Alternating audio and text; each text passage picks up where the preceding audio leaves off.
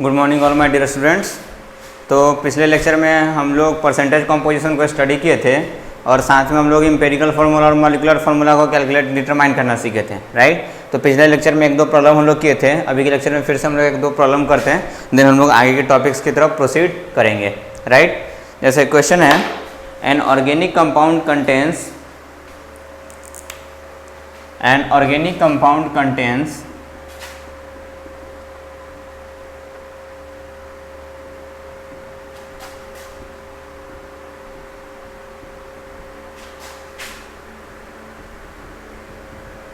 contains 40% carbon, it is basically how much? 40%, 6.67% hydrogen, 6.67% hydrogen and rest oxygen,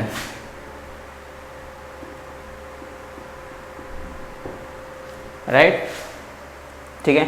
The weight of one molecule of organic compound, that means molecular weight, it is equal to 1 into 10 to the minus 22 gram. Molecular weight आपको दिया हुआ है, एक molecule का weight, that is molecular weight. तो molecular weight it is basically 1 into 10 to the power minus 22 gram, right. ठीक है। Determine the molecular formula of the organic compound, तो आपको बताना है कि उस ऑर्गेनिक कंपाउंड का मॉलिकुलर फार्मूला क्या होगा, राइट। ये हम लोग को डिटरमाइन करने को है। मॉलिकुलर फार्मूला तो हम लोग तभी डिटरमाइन करेंगे जब एम्पेरिकल फार्मूला मालूम हो जाए। तो पहला हमारा काम है एम्पेरिकल फार्मूला को कैलकुलेट करना। उस केस में आपको कार्बन का परसेंटेज, हाइड्रोजन का परसेंटेज दिया, ऑक्सीजन का परसेंटेज नहीं मालूम है, तो पहला काम है आपका कि ऑक्सीजन का परसेंटेज निकालिए। तो ऑक्सीजन का परसेंटेज कितना होगा? तीनों को मिलाकर के 100%, तो ऑक्सीजन कितना हो जाएगा? 100 माइनस इन दोनों को तो कर लेते हैं, जोड़ करके कितना हो गया? दैट इज 40 प्लस 6.67, इतना ही परसेंटेज आ जाएगा, क्योंकि ओवरऑल को मिलाकर के 100%, तो 40 plus 6.67 plus this much it equals to 100%। तो यहाँ से आ गया परसेंटेज ऑक्सीजन हम निकाल रहे हैं, that is 100 minus it is basically 0.67 and it is 46। That means यहाँ हो गया हमारा पॉइंट, यहाँ पे हो गया 3, यहाँ पे 9, यहाँ पे हो गया हमारा 6, यहाँ पे बेसिकली हो गया how much? 146.67, sorry 0 0 10 3 9 3, that is 963 और यहाँ पे 9 5, राइट। इट इज 53.63, सॉरी नहीं 53.33, ठीक है।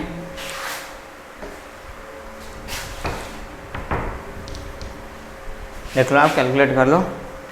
7 3 10, 7 3 10, 10, ठीक है, राइट।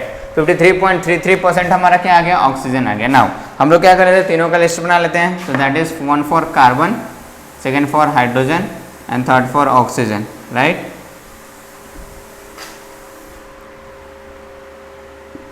इस केस में हम लोग कैलकुलेट करेंगे इसका मोल, जो कि होगा परसेंटेज, जो जितना वेट दिया हुआ रहेगा डिवाइडेड बाई मोलर वेट से। यहाँ पे कैलकुलेट करेंगे हम लोग लिस्ट रेशियो LR, राइट। चलिए, मोल कैसे कैलकुलेट करेंगे? तो जो परसेंटेज दिया हुआ है 100, तो कार्बन का तो 40 डिवाइडेड बाई इसका मोलर मास हमारा दैट इज 12। तो ये एग्जैक्ट वैल्यू हमारा कितना आ गया? तो ये एग्जैक्ट वैल्यू आपका आ गया, बेसिकली आप इसको कैलकुलेट करोगे तो that is 3.34, that is 3.33। Hydrogen का यहाँ पे कितना है? 6.67% डिवाइडेड बाई इसका एटॉमिक वेट दैट इज 1। तो ये आ गया बेसिकली आपको 6.66 और 67, जो भी आपका अप्रॉक्सीमेटली, राइट। ऑक्सीजन कितना आपका आ गया परसेंटेज? That is 53.33। तो 53.33 डिवाइडेड बाई इसका molecular weight, that molar weight that is 16।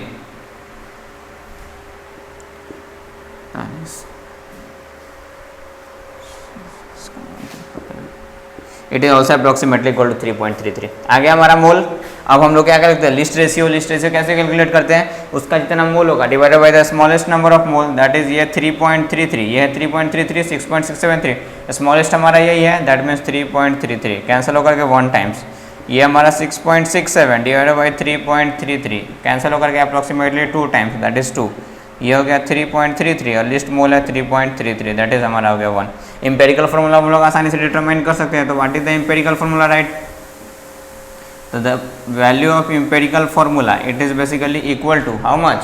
It is basically equal to, C में हमारा 1 ही है तो सी H में हमारा 2 है तो हो गया H2O में हमारा एक ही है, तो दैट इज CH2O। हम लोग को निकालना है मॉलिक्यूलर फार्मूला, उसके लिए दिया हुआ है मॉलिक्यूलर वेट। क्या दिया हुआ है आपको? Molecular weight. तो पहले हम लोग एम्पेरिकल फार्मूला का वेट कैलकुलेट कर लेते हैं। तो एम्पेरिकल फार्मूला मास,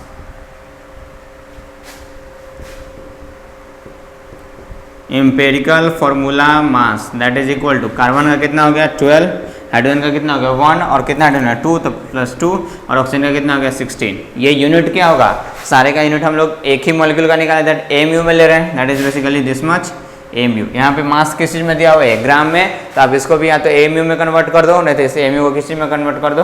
ग्राम में कन्वर्ट कर दो, राइट। पहले ये आया कितना? तो 2 2 4 6 10 0 1 2 और 3 दैट इज 30 AMU, राइट। हम लोग पढ़ चुके हैं कि 1 AMU it is basically equal to 1.67 into 10⁻⁻24 gram, right. इतना ही होता है। इसको हम लोग ग्राम में कन्वर्ट कर दें 30 इंटू 1.67 इंटू 10⁻⁻24 ग्राम, राइट। ये हमारा क्या चीज़ आ गया? This is the empirical formula mass. Now हम लोग जानते हैं, we know that empirical formula mass multiplied by something number n, it is equal to which mass? So it is equal to the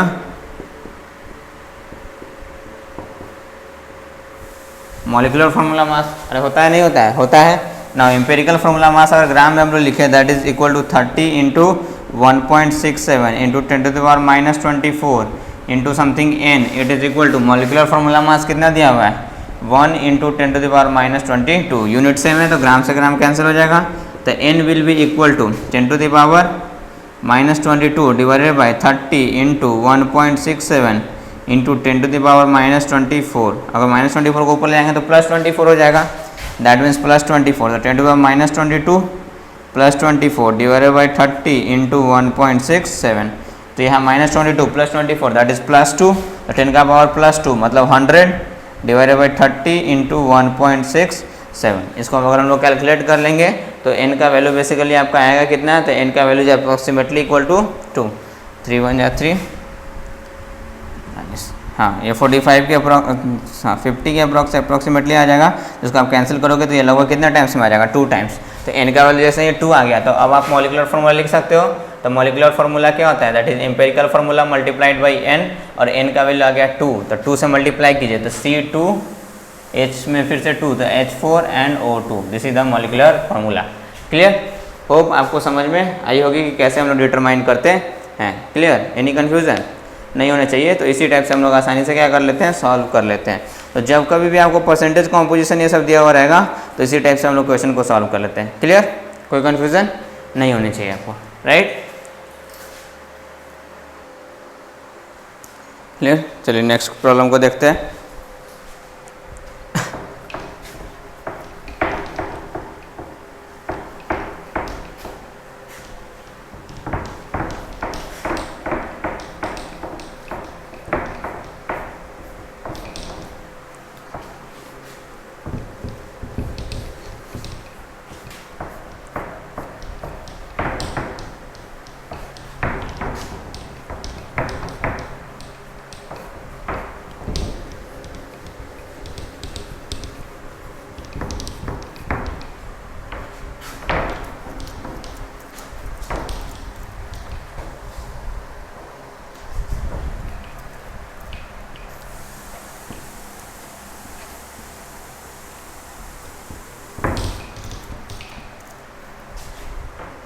Okay, next question.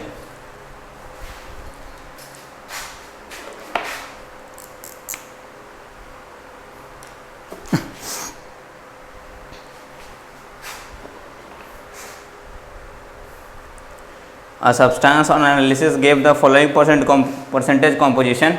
Sodium is equals to 43.4%. Sodium का दिया हुआ है आपको 43.4%. Carbon is equals to 11.3%. The carbon is equals to 11.3% and oxygen is equals to 45.3%. Right, ये percentage composition दिया हुआ है. Calculate the empirical formula. आपको बताना है कि इस केस में एम्पेरिकल फार्मूला क्या होगा. वीडियो को पॉज करें आप और खुद से क्वेश्चन को सॉल्व करने की कोशिश करें और बाद में सॉल्व करने के बाद मैच करेंगे यहाँ से आप, ठीक है, राइट। चलिए देखते हैं, तीनों का परसेंटेज कॉम्पोजिशन दिया हुआ है। तो पहले तो आप 3 यहाँ पे लिख लो, यहाँ पे सोडियम, यहाँ पे कार्बन, यहाँ पे ऑक्सीजन, राइट। इधर में हम लोग निकालेंगे मोल, कैसे निकालेंगे, तो जितना परसेंटेज दिया हो रहेगा वेट उसको हम लोग मॉलिक्यूलर वेट या मोलर वेट से डिवाइड कर देंगे और यहाँ पे हम लोग लिस्ट रेशियो निकालते हैं LR। बस इसी से हमारा एम्पेरिकल फॉर्मूला का पता चल जाएगा ना। सोडियम का निकालने के लिए तो दैट इज परसेंटेज कितना दिया है 43.4, इसका हमारा दैट इज 23। कितना वैल्यू आ जाएगा जब इसको सॉल्व करोगे, तो this value is approximately equal to how much, that is 1 that is 8.9 और 9 दैट इज 1.9 अप्रॉक्सीमेटली, राइट। यहाँ पे कार्बन में कितना है आपका 11.3% डिवाइडेड बाई इसका मॉलिक्यूलर वेट कितना 12। अगर इसको आप सॉल्व करोगे तो ये आएगा 0.9 अप्रॉक्सीमेटली, ये 0.9 समथिंग, उतना हम लोग एग्जैक्ट नहीं कैलकुलेट करते। ऑक्सीजन का हो गया कितना 45.3, इसका मोलर वेट हो गया 16, तो 16 से इसको डिवाइड करेंगे तो ये हो गया आपका 16 2 32, 16 3 ये तो 2 point something, it is approximately 2.8, right, ठीक है। तो ये हमारा आ गया। लिस्ट रेशियो कैलकुलेट कर लेंगे तो that is 1.9 divided by the smallest कितना है 0.9 अप्रॉक्सीमेटली इक्वल टू 2, एग्जैक्ट नहीं मतलब डेसिमल में नहीं काटते हैं, लिस्ट रेशियो हम लोग अप्रॉक्सीमेटली लाते हैं। जब 1.5 आएगा 2.5 आएगा 0.5 आएगा तो उसको कंसिडर करेंगे, बाकी आगे पीछे रहेगा तो उसको हम लोग हटा देंगे। That is 0.9 divided by 0.9 that is how much 1 and that is 2.8 divided by 0.9 that is approximately 9 3 27 that is approximately 3। तो एम्पेरिकल फार्मूला क्या आ गया आपका, तो एम्पेरिकल फार्मूला आ गया सोडियम में कितना 2, सोडियम 2 तो Na2, कार्बन में कितना 1 तो कार्बन का 1 और ऑक्सीजन का 3 तो Na2CO3 that is sodium carbonate. Clear, आसान है, आपको समझ में आया होगा और आप आसानी से कैलकुलेट भी कर सकते हो। आप 2-4 क्वेश्चन सॉल्व करोगे तो आपको अपने यहाँ पे याद हो जाएगा, तुरंत 2 स्टेप में ये क्वेश्चन सॉल्व हो जाते हैं आसानी से, right.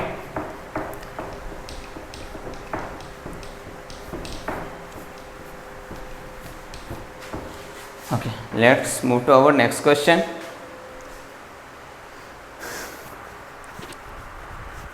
Assuming the atomic weight of a metal M to be, assuming the atomic weight of a metal M, question लिख लो आप।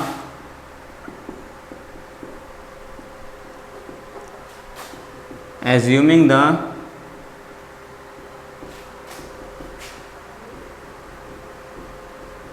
atomic weight of a metal M to be 56। एक मेटल M का atomic weight हम लोग को अपने तरफ से मान लेना है कितना, how much, to be 56, right. Find the empirical formula of its oxide containing 70% of M। Question है आपका,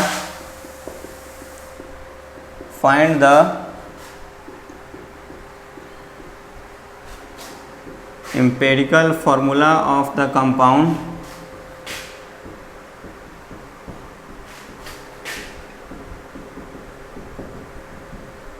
containing 70% of metal M, right. Clear, इसका हम लोग को क्या चीज़ कैलकुलेट करना है, एम्पेरिकल फार्मूला कैलकुलेट करने को है, right.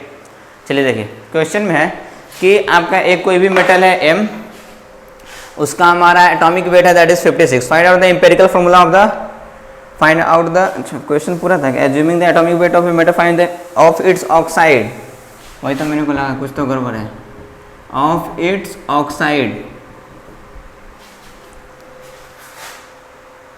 Molecular formula of its oxide containing, ये प्रॉब्लम है, of its oxide containing 70% of metal, right. Clear, उसके ऑक्साइड का हम लोग को फॉर्मूला निकालना है जो कि कितना परसेंट है हमारा, जिसमें मेटल कितना परसेंट है 70%। ऑक्साइड बेसिकली होता क्या है, तो मैं आपको पिछले दिन बताया था कि ऑक्साइड इज बेसिकली कि ऑक्सीजन के साथ मिलकर एक कंपाउंड बनाना। तो जैसे ये मेटल है हमारा, ये ऑक्सीजन के साथ मिलकर एक कंपाउंड बना रखा है हमारा, आई बात समझ में। तो ऑक्सीजन के साथ मिलकर कंपाउंड बना रखा, तो मान लीजिए कि इसका कंपाउंड कुछ इस टाइप का होगा, MXOY टाइप का। क्यों? क्योंकि हम लोग को X का मेटल का नंबर पता है कि उसके कंपाउंड में एक मॉलिक्यूल में मेटल का नंबर कितना है, और ऑक्सीजन का भी नंबर पता नहीं। तो suppose this is the formula of that क्या चाहिए हमारा बेसिकली एम्पिरिकल फॉर्मूला मॉलिक्यूलर में जो भी मानना है हम लोग को। अब देखिए यहाँ पे उस मेटल का आपको परसेंटेज कंपोजिशन दिया हुआ है 70%, तो मेटल के अलावा उसमें बच क्या गया हमारा ऑक्सीजन, दैट मीन्स ऑक्सीजन का हमारा परसेंटेज कंपोजिशन कितना होगा, that is 100 minus 70%, that is basically equal to how much, that is equal to 30%। Percentage composition of oxygen पता चल गया। अब हम लोग लिस्ट बना सकते हैं इस टाइप से, ये हो गया आपका मेटल, ये हो गया आपका ऑक्सीजन, इधर में हम लोग कैलकुलेट करेंगे मोल और इधर में कैलकुलेट करेंगे एलआर लिस्ट रेशियो, राइट। मोल कैसे कैलकुलेट करते हैं, तो परसेंटेज जो दिया हुआ रहता है divided by molecular weight, that is 70 divided by 56। इसको अगर वैल्यू को हम लोग कैलकुलेट करेंगे 70 divided by 56, that is approximately equal to 1.25। और यहाँ पे हमारा ऑक्सीजन कितना परसेंट आ गया 13 डिवाइडेड बाय इसका मॉलिक्यूलर वेट कितना हो गया 16 सॉरी, तो that is equal to 1.9 approximately, right. ये हमारा आ गया। अब हम लोग आसानी से सॉल्व कर सकते हैं। तो मेटल का अगर लिस्ट रेशियो कैलकुलेट करेंगे that is 1.25 divided by the list वाला, तो लिस्ट तो यही है दैट इज 1.25, तो ये तो आ गया 1, और इसका कैलकुलेट करेंगे तो 1.9 डिवाइडेड बाई 1.25, तो ये आपको अप्रोक्सीमेटली कितना आ गया, ये आपको अप्रोक्सीमेटली आ गया basically 1, that is 1.5, that is approximately equal to 1.5। जब 0.5 के टर्म्स में आ जाएगा तो लिखेंगे, राइट। तो अब ये हमारा इधर से अगर एम्पिरिकल फार्मूला हम लोग डिटरमाइन करेंगे तो what will be the empirical formula, तो empirical formula from the data is metal का 1 दैट इज m और ऑक्सीजन का 1.5, तो ऑक्सीजन 1.5। कभी भी डेसिमल में एटम्स का नंबर नहीं होता तो डेसिमल को हम लोग हटा देते हैं, तो 1.5 को 2 से मल्टीप्लाई कर देंगे तो हट जाएगा डेसिमल, तो 2 से मल्टीप्लाई करें that is M2O3। This is the empirical formula of the oxide. आ गया हमारा, क्लियर। तो इस टाइप से हम लोग क्वेश्चन को सॉल्व कर लेंगे, क्लियर। होप आपको ये सब सारी चीज़ें समझ में आसानी से आ रही होंगी।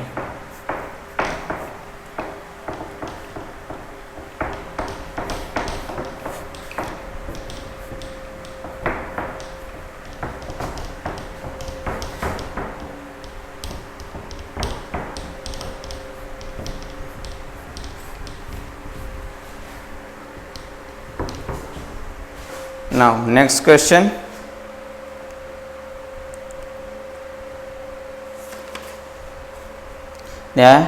what is the formula of kaolin?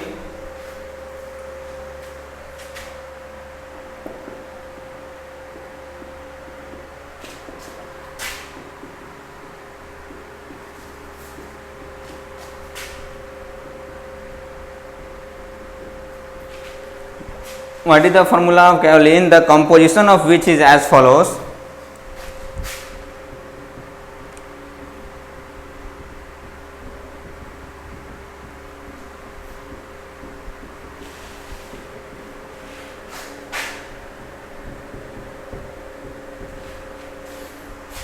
The composition of which is as follows, दिया हुआ है आपको Al2O3 is 39.5%,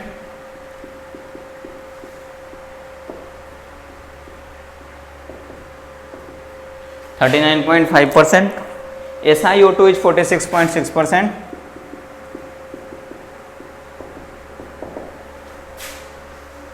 H2O is 13.9%,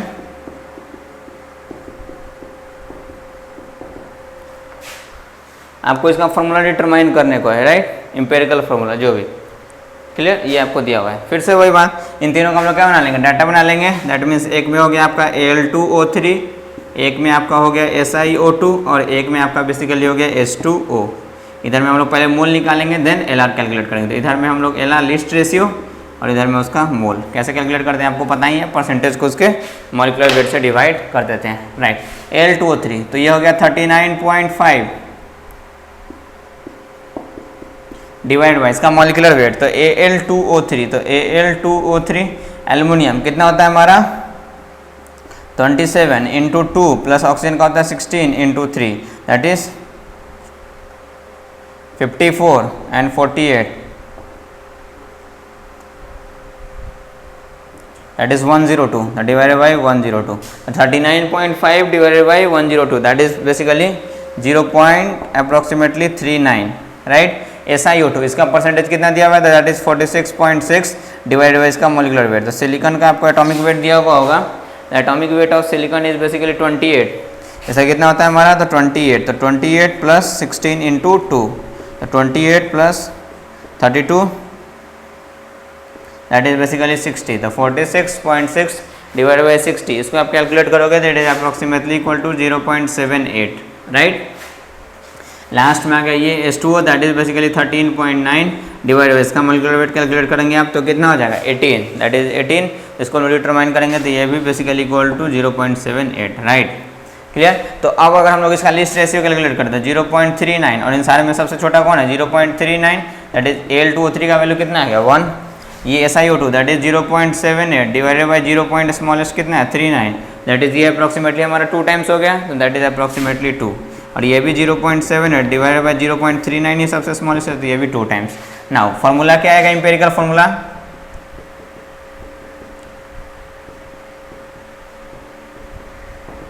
अगर हम इस केस में इंपेरिकल फॉर्मूला लिखना चाहें तो इंपेरिकल फॉर्मूला बेसिकली ये क्या आएगा, देखिए तो जब कभी भी हम लोग को एटम के हेल्प से इंपेरिकल फॉर्मूला लिखना है, जैसे सोडियम का लिस्ट रेशियो 1 आया, कार्बन का लिस्ट रेशियो सोडियम का 2 आया, कार्बन का 1 आया, ऑक्सीजन का 3 आया, तो हम लोग लिखते हैं सोडियम का 2 तो Na2, C और O का 3 इस टाइप से। लेकिन जब कभी भी कंपाउंड का लिस्ट रेशियो आएगा, क्योंकि ये कंपाउंड है कोई एलिमेंट नहीं है, तो कंपाउंड जैसे एलिमेंट के लिस्ट रेशियो को नीचे लिखते हैं, कंपाउंड के लिस्ट रेशियो को आगे लिखते हैं। जैसे Al2O3 तो 1 ही आया, तो ये तो Al2O3 ही रह जाएगा साथ में। हमारा SiO2 कितना आया 2, तो हम लोग कभी भी इसको ऐसा नहीं लिखेंगे SiO2 whole twice, this is wrong. इसका मतलब इन दोनों के बीच में बॉन्ड बन गया, ऐसा नहीं होता है। 2SiO2 आपको बॉन्डिंग पढ़ाएंगे तब आपको समझ में आएगा। तो कंपाउंड के केस में आगे लिखते हैं, और H2O में जैसे यहाँ पे 2 आ गया, तो ऐसा कभी भी नहीं लिख देंगे कि H2O में ट्वाइस, कभी नहीं, ये गलत हो गया, ठीक है फॉर्मूला लिखने में।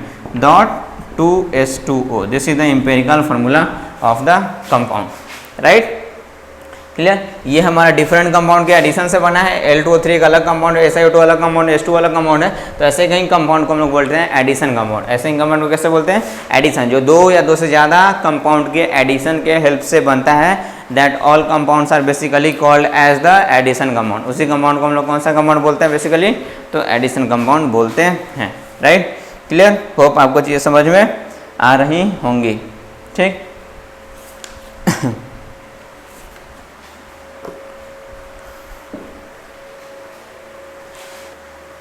तो आपको अच्छे से इंपेरिकल फार्मूला मॉलिक्यूलर फार्मूला समझ में आया होगा कि कैसे कैसे इसको डिटरमाइन करते हैं, नहीं करते हैं, ठीक है। तो और भी कुछ हम लोग मोल जो अभी तक स्टडी किए उससे रिलेटेड कुछ क्वेश्चंस को कर लेते हैं, क्योंकि मोल कॉन्सेप्ट 1 का जो पार्ट था तो वो हम लोग डिस्कस कर चुके हैं अच्छे तरीके से, कि जो भी हमारा कि बेसिक, पहले तो बेसिक हम लोग पढ़े थे केमिस्ट्री की क्या क्या चीज़, एटम मॉलिक्यूल क्या क्या चीज़ होता है डिटेल में पढ़े। देन हम लोग स्मॉल मतलब शुरुआत से ही मोल का कैलकुलेशन सीखे। मोल का कैलकुलेशन, एटॉमिक वेट क्या होता है, मॉलिक्यूलर वेट क्या होता है, gram atomic weight, gram molecular weight, molar weight, ये सब सारा कुछ हम लोग पढ़े। देन उसके बाद मोल का calculation in terms of mass, in terms of number of particle, in terms of volume. Then हम लोग यहाँ पे परसेंटेज कंपोजिशन ये सब पढ़े। तो these are all the parts of mole concept 1। तो नेक्स्ट क्लास से हम लोग स्टार्ट करेंगे mole concept 2, that is basically stoichiometry and stoichiometric calculation, ठीक है। नाम सुनने में बहुत ज़्यादा भारी लग गया, लेकिन काफ़ी आसान है, इंटरेस्टिंग है और काफ़ी यूजफुल भी है। ये सारा भी चीज़ यूजफुल है। तो और भी हम लोग कुछ क्वेश्चंस अभी तक के पढ़े हुए चीज़ पे कर लेते हैं। वो जो टॉपिक है वो हम लोग नेक्स्ट लेक्चर में प्रोसीड करेंगे, ठीक है।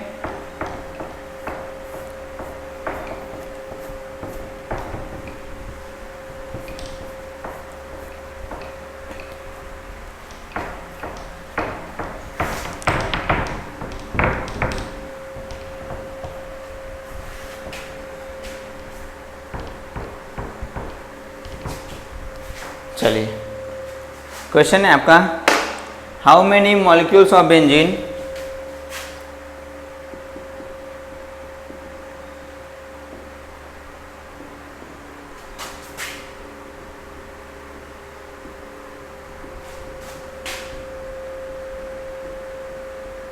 How many molecules of benzene are there in 1 litre of benzene.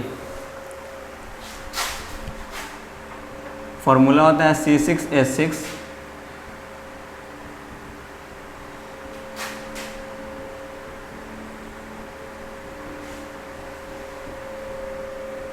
How many molecules of benzene are there in 1 litre of benzene.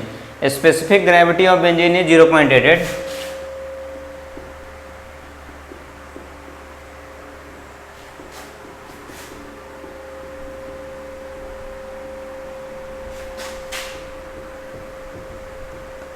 Right, ये दिया हुआ है आपको। चलिए देखिए कैसे हम लोग सॉल्व करते हैं। स्पेसिफिक ग्रेविटी को हम लोग पढ़ चुके थे।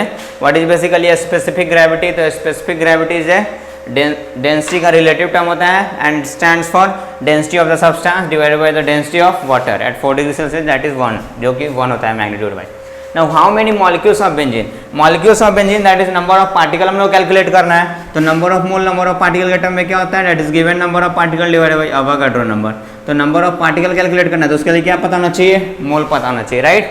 हम लोग को दिया हुआ क्या चीज़ है? वॉल्यूम ऑफ बेंजीन दिया हुआ है। बट ये बेंजीन हमारा लिक्विड होता है, गैस नहीं होता है, इसलिए हम लोग वॉल्यूम वाला वो वाला तो यूज़ नहीं कर सकते।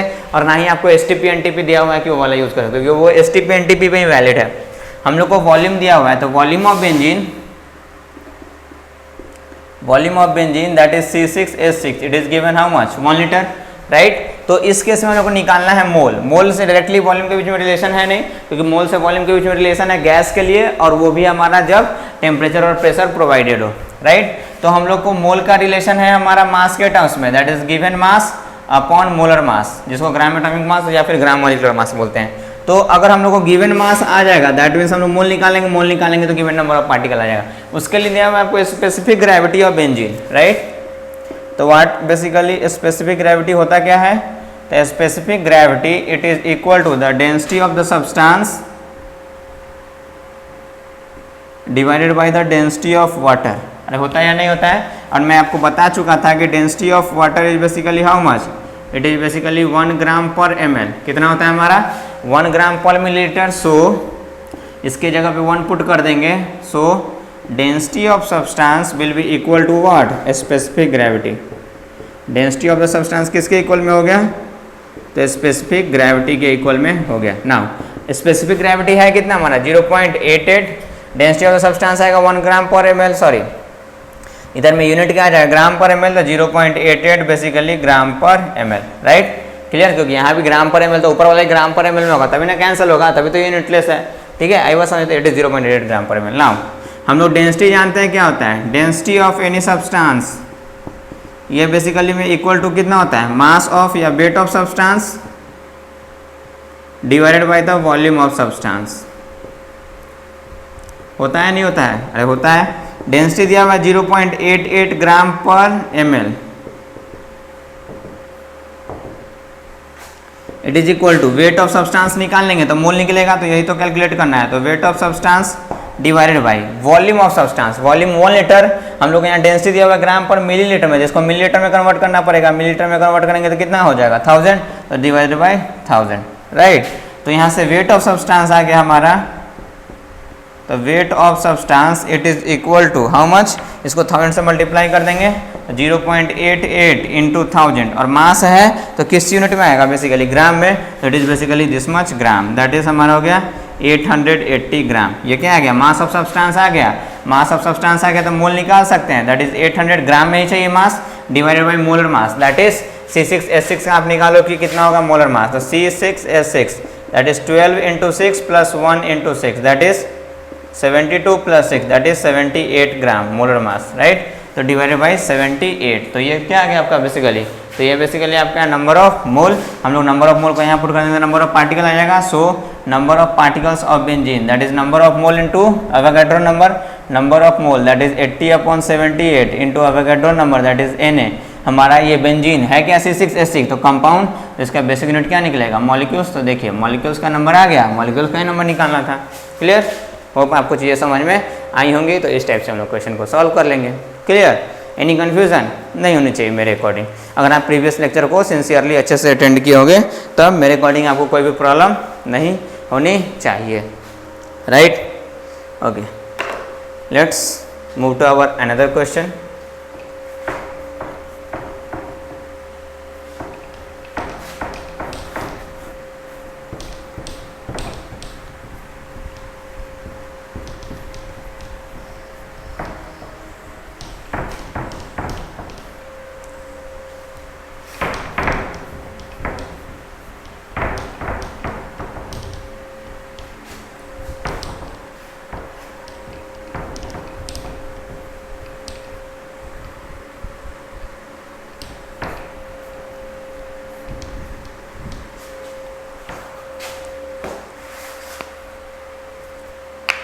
Next question is the volume of a drop of water, question में जो भी आपको दे रहा हूँ आपका काम यह है कि क्वेश्चन लिख लेने के बाद आप पहले उसको खुद से सॉल्व करें, कृपया कॉपी ना करें शुरुआत में, खुद से कोशिश आप नहीं करोगे आपको कभी नहीं आने वाला है, ठीक है। तो क्वेश्चन मैं देता हूँ किसी चीज़ को समझा करके, तो क्वेश्चन पहले आप खुद से अप्रोच करो, गलत होना is a sign of understanding and is a sign of studying. आपका रॉन्ग हो रहा है, गलती हो रहा है, इसका मतलब आप सीख रहे हो, जान रहे हो, लर्निंग, राइट। तो अगर आप नहीं तो ऐसे फिर तो प्रॉब्लम है, ठीक है, फिर कभी नहीं आएगा आपको। The volume of a drop of water, अभी इनिशियल से इसलिए बेसिक से पढ़ा रहा हूँ ताकि आप कोशिश करोगे आपसे बनेगा, आपको अच्छा भी लगेगा, राइट। नहीं तो आपको सीधा ऊपर से पढ़ाता तो आपको कुछ पता भी नहीं चलता, इंटरेस्ट भी कम आता, पढ़ाई में मन भी नहीं लगता। तो आप प्लीज़ कोशिश करो, आपको पक्का अच्छा लगेगा जब सॉल्व होगा। तो the volume of a drop of water is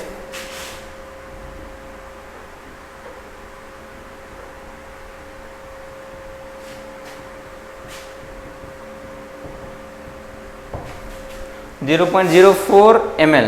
How many H2O molecule?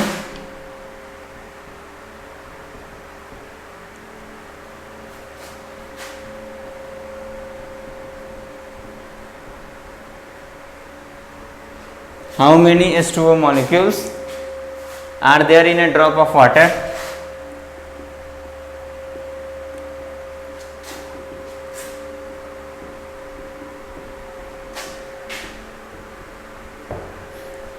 Density of water is 1 gram per ml.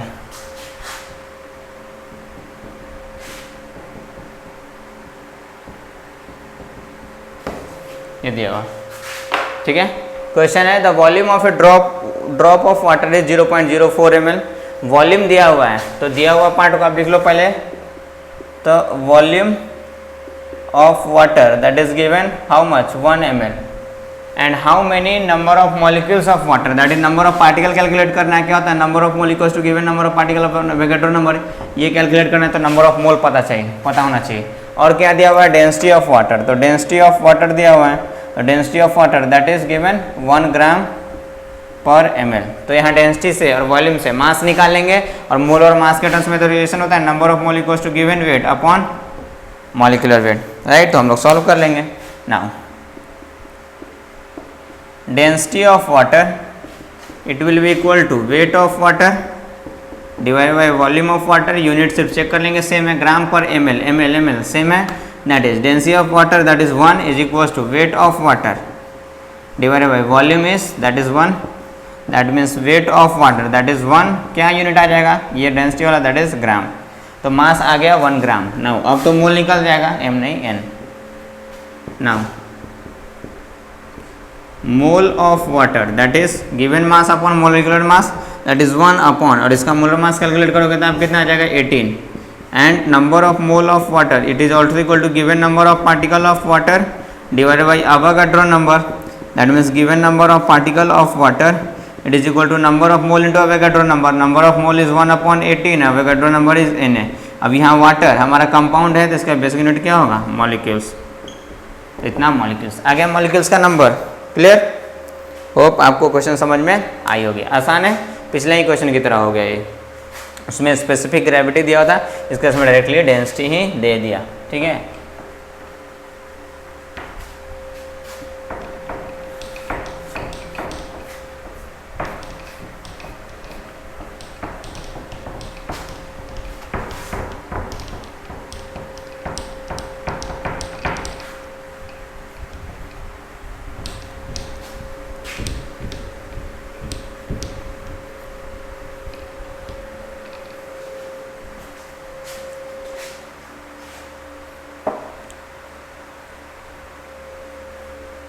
ठीक है, what is the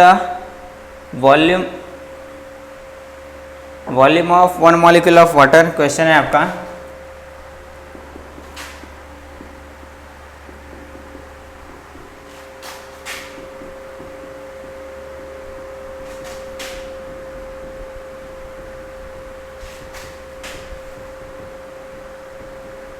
what is the volume of 1 molecule of water, density of water is 1 ग्राम पर centimetre cube.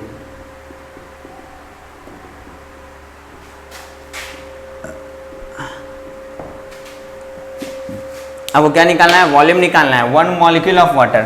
Density दिया हुआ है, आपको एक molecule का क्या निकालना है, वॉल्यूम। तो डेंसिटी इक्वल होता है मास बाई वॉल्यूम, तो मास पता चल जाएगा तो वॉल्यूम निकल जाएगा। तो 1 मॉलिक्यूल ऑफ वाटर का मास कैलकुलेट कीजिए। नाउ H2O, इसका अगर हम लोग मॉलिक्यूलर मास लिखेंगे,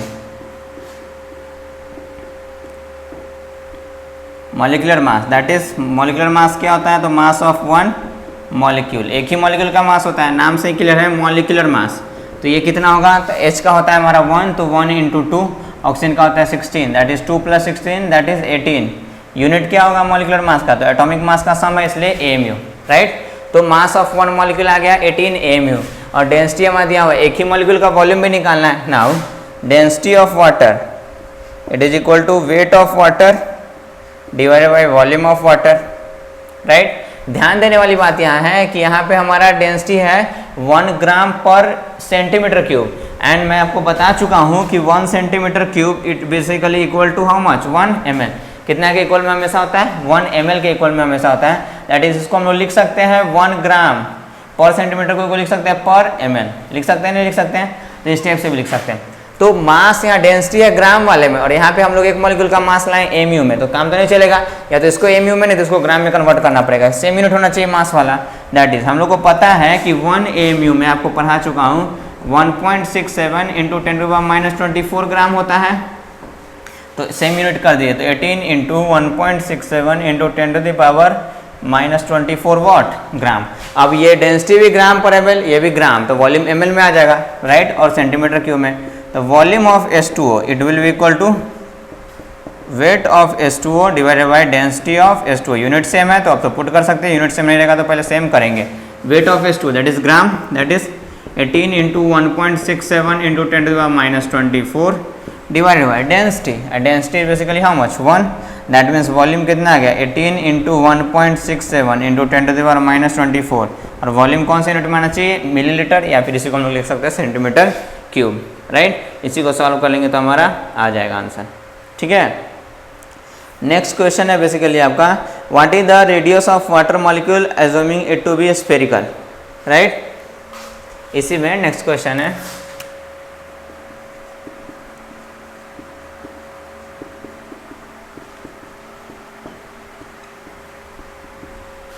what is the radius of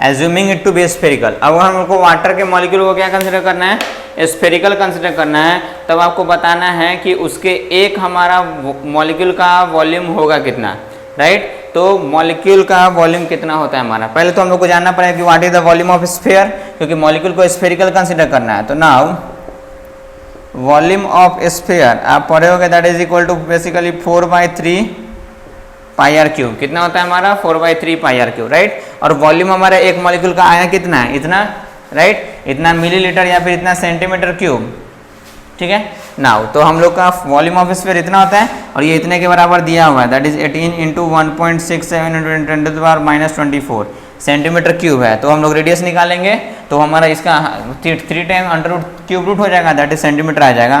that is यहाँ पे रेडियस का cube that will be equal to 18 × 1.6567 that is 27। यहाँ 3 डिवीजन में तो जाएगा, तो मल्टीप्लीकेशन में दैट इज 3 डिवाइडेड बाई, यहाँ पे 4 हमारा, और पाई मल्टीप्लीकेशन में तो 4 × पाई का वैल्यू 3.14। जब इसको आप सॉल्व करोगे तो R³ का वैल्यू बेसिकली आपका आ जाएगा, दैट इज 7.133 × 10⁻24, दैट इज 7.133 × 10⁻24। ये R³ का वैल्यू आया, दैट इज सेंटीमीटर क्यूब का वैल्यू आया। तो यहाँ से अगर आप R का वैल्यू निकालोगे इसका क्यूब रूट निकाल करके, तो R का वैल्यू अगर आप इस केस में निकालोगे दैट इज 1.925 × 10⁻⁸।